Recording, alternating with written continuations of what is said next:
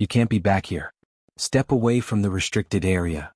The voice was a serrated edge, cutting through the low hum of the courthouse hallway. A woman in a simple black robe, her posture a study in poised dignity, turned slowly. Judge Cassandra Moore did not startle.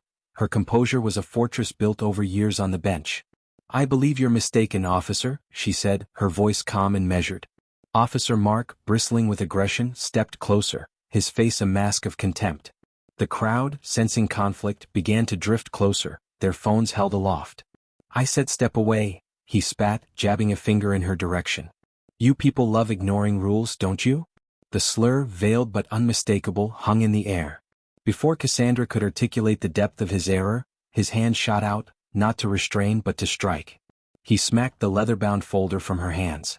Legal documents, the architecture of justice, fluttered to the marble floor. A collective gasp sucked the air from the hallway. Silence descended, heavy and absolute. In that quiet, you could hear the frantic beat of Officer Mark's own heart. Cassandra did not stoop to retrieve her papers. She simply looked at him. Her gaze was not angry, not fearful, but immensely, powerfully calm.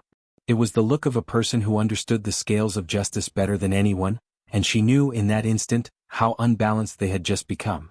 He had no idea who he was looking at. He saw a black woman where he expected an obstacle. He was blind to the arbiter of his own fate. A panicked security supervisor sprinted into the hallway, his eyes wide with horror. He grabbed Mark's arm, his whisper a frantic hiss. "You monumental idiot. That's Judge Cassandra Moore. The chief judge. She's overseeing your misconduct hearing today." The blood drained from Mark's face, leaving a sickly, pale canvas of shock. His jaw dropped, his bravado crumbling into dust.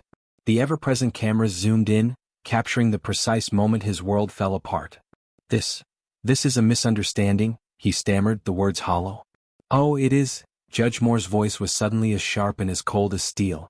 "And trust me, it will be clarified. In court." Inside the courtroom the air was electric. Media, public and legal professionals packed the pews, their eyes fixated on the officer standing before the bench. "All rise for Chief Judge Cassandra Moore," the bailiff's voice echoed. Mark's knees trembled, a film of sweat glistening on his brow.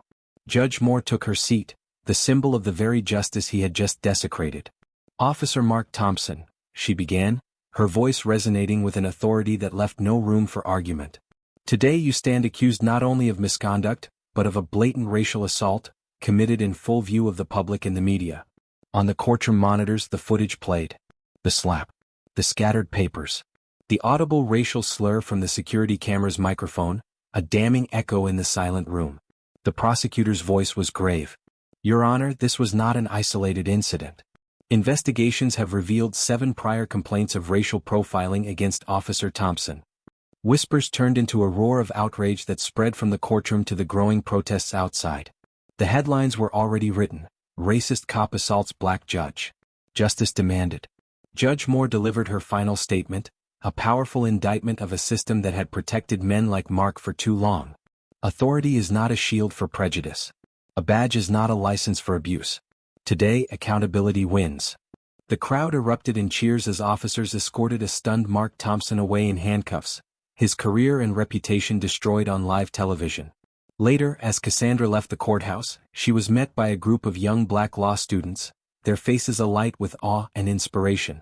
"You made history, Judge Moore," one said, her voice trembling slightly. "You showed them we're not invisible." Cassandra allowed a soft smile to grace her lips.